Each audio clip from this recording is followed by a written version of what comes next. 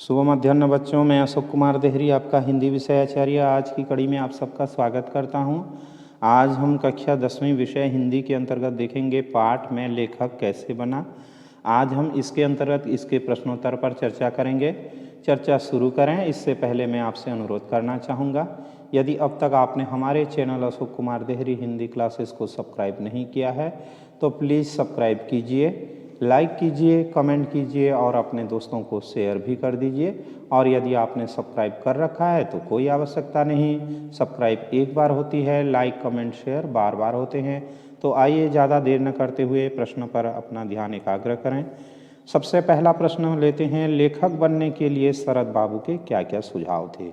तो यहाँ पर शरद जी के जो सुझाव थे, सबसे पहले सुझाव तो यह हैं कि जो लिखोगे अपने अनुभव से लिखना, किसी को दिखाने या सुनाने की आवश्यकता नहीं, लिखित साहित्य को अपने पास रखना, अर्थात जो साहित्य आपने रचना कर लिया है उसको कुछ दिन तक अपने पास में रखना, उसे बार बार पढ़कर संतुष्ट हो जाओ तो दूसरों को दिखाना, अपनी कलम से या अपने लेख के माध्यम से कभी किसी की बुराई मत करना, कभी किसी से उधार मत लेना। इस प्रकार से उनके सुझाव थे।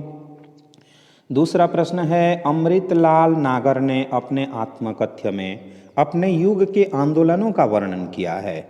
उन आंदोलनों का लेखक पर क्या असर हुआ।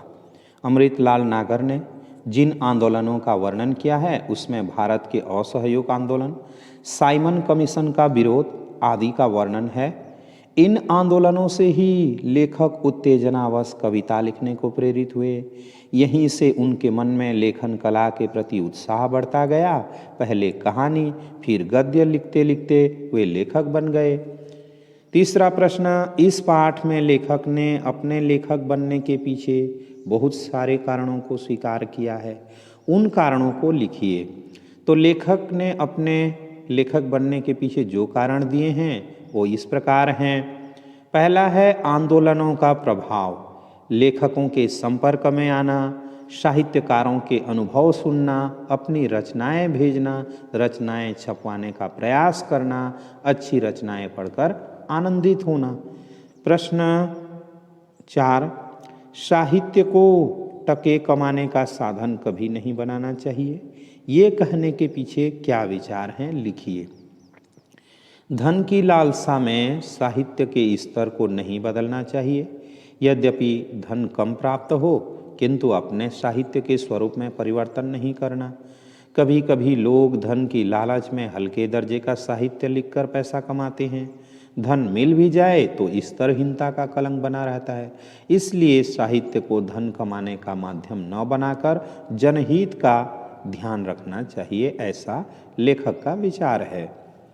अंग्रेजों के दावत पर आने के पहले बाबा ने कौन सी तस्वीर हटवा दी, उन्होंने उस तस्वीर को क्यों हटवाया होगा, अपने विचार लिखिए। अंग्रेजों के दावत पर आने के पहले बाबा ने जलियांवाला बाग कांड की तस्वीर हटा दी थी। उसमें अंग्रेजों की क्रूरता की निशानी थी। उस तस्वीर से हमारे देशभक्त होने की अंग्रेज को खबर लग जाती, हम ब्रिटिश सरकार के विरोधी हैं यह जानकारी भी मिल जाती। इसलिए उस तस्वीर को बाबा जी ने हटा दिया था। उस समय लोग खुलकर अंग्रेजों का विरोध करने से डरते थे। पाठ से आगे आपके मन में भी कुछ बनने के विचार आते होंगे। आप अलग अलग समय पर क्या क्या बनना चाहते रहे हैं, लिखिए। यह भी बताइए कि अभी आप क्या बनना चाहते हैं और क्यों। वैसे तो यह प्रश्न सीधे सीधे छात्रों से किया गया है, परंतु उनके मार्गदर्शन के निमित्त मैं अपनी ओर से कुछ बोल सकता हूँ। आप उसको देख करके स्वयं भी बोलने का अभ्यास कर सकते हैं। बचपन से ही जो देखते हैं वही बनने की लालसा मन में जागती है। सबसे पहले शिक्षक के पढ़ाने को देखकर शिक्षक बनने की अभिलाषा जागृत हुई। कुछ समय आने के बाद आसपास के चमक दमक से धन अर्जित करने वाले पद पर पहुंचने की इच्छा जागृत हुई। सामाजिक व्यवस्था को देखकर ऐसा लगा नेता बनो, पैसा कमाओ। किंतु अब समझदारी आने के बाद मैं एक सभ्य, सुसंस्कृत, आदर्शवादी व्यक्ति बनना चाहता हूँ। अभाव में रहकर भी समाज को कुछ दे सकूँ, ऐसा आदर्श लेखक बनना चाहता हूँ। अगला प्रश्न है, लेखक ने बताया कि उनके आसपास कई ऐसे लोग थे जिनसे वे प्रभावित हुए। आपके जीवन में भी कई लोग होंगे जिनसे आप प्रभावित होंगे। उनमें से किसी एक के बारे में संक्षेप लिखिए। यह प्रश्न भी छात्रों के लिए है, पर हम इसको बता रहे हैं, आप उस प्रकार से भी लिख सकते हैं। हमारे जीवन पर भी कई लोगों का प्रभाव पड़ा, जिसमें मुख्य 3 हैं: पिता, माता, गुरुजी। पिता जो सामाजिक, पारिवारिक और धार्मिक परिवेश में एक आदर्श इंसान बनकर रहे, धन कमाना जीवन का उद्देश्य नहीं बनाया। और दूसरा है माता, आदर्श गृहिणी रही, कभी घर में आर्थिक कलह नहीं रहा, धार्मिक सुसंस्कारी परिवार को बनाती रही। और तीसरा गुरुजी, समय के पाबंद, अनुशासन प्रिय, शिक्षा के लिए समर्पित व्यक्तित्व थे। स्वयं कई लोगों को सहायता करके आगे बढ़ाया। आज ऐसे लोग गिनती में कम ही बचे हैं। अगला प्रश्न है, किसी घटना का वर्णन कीजिए जिसका आप पर बहुत प्रभाव पड़ा हो। तो पिता के देहावसान के बाद समाज के लोगों ने आगे बढ़ने की प्रेरणा दी। उस दिन से आज तक पलटकर नहीं देखा। जीवन उन्मुक्त झरने की भांति पथ की बाधाओं को तोड़ने उत्कर्ष पर पहुंच गया। अंधेरे में एक रोशनी ने जीवन बदल दिया। अगला प्रश्न है, पाठ के दूसरे अनुच्छेद में लेखक ने श्री श्याम सुंदर दास का एक चित्र अपने शब्दों से खींचा है। आप भी वैसे ही किसी व्यक्ति के बारे में लिखिए। तो इसे तो विद्यार्थी स्वयं करेंगे, परंतु सारगर्भित रूप से मैं भी बता सकता हूँ। हिंदी के सुविख्यात लेखक पंडित पदुमलाल पुन्नालाल बख्शी जी को देखा। उनके व्यक्तित्व का ऐसा प्रभाव पड़ा कि मन साहित्य की ओर झुक गया। उनकी रचनाएं पढ़कर लिखने की अनुभूति ने जीवन का रूप बदल दिया। भाषा के बारे में पाठ में कई स्थानों पर अलग अलग तरह के वाक्य प्रयुक्त हुए हैं। कुछ स्थानों पर क्रिया करने वाला यानी कर्ता महत्वपूर्ण है, तो कहीं कर्म को ज़्यादा महत्व दिया गया है। जिस वाक्य में वाच्य बिंदु करता है उसे कर्तृवाच्य कहते हैं, जैसे राम रोटी खाता है। तथा जिस वाक्य में वाच्य बिंदु कर्ता न होकर कर्म हो वह कर्मवाच्य कहलाता है, जैसे रोटी राम के द्वारा खाई गई।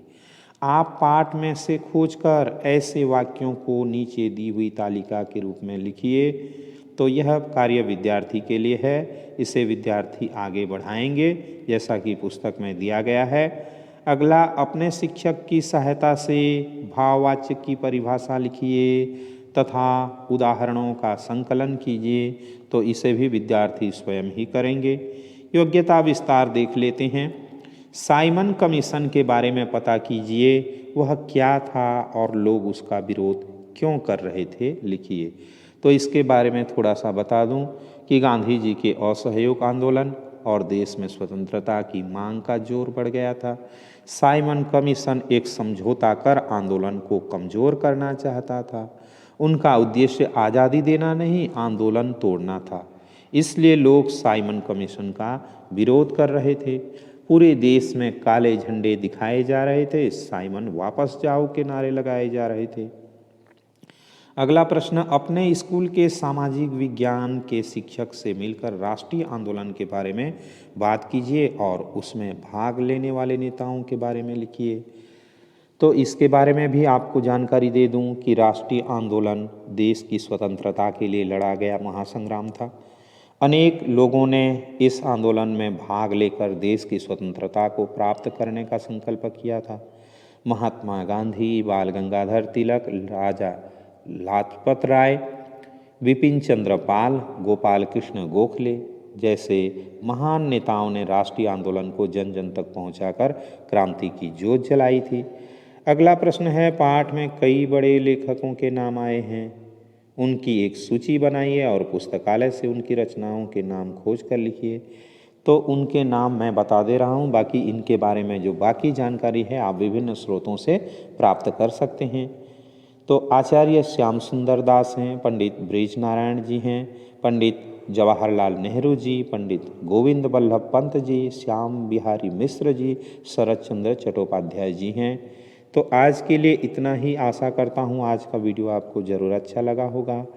वीडियो को शुरू से अंत तक देखने के लिए धन्यवाद।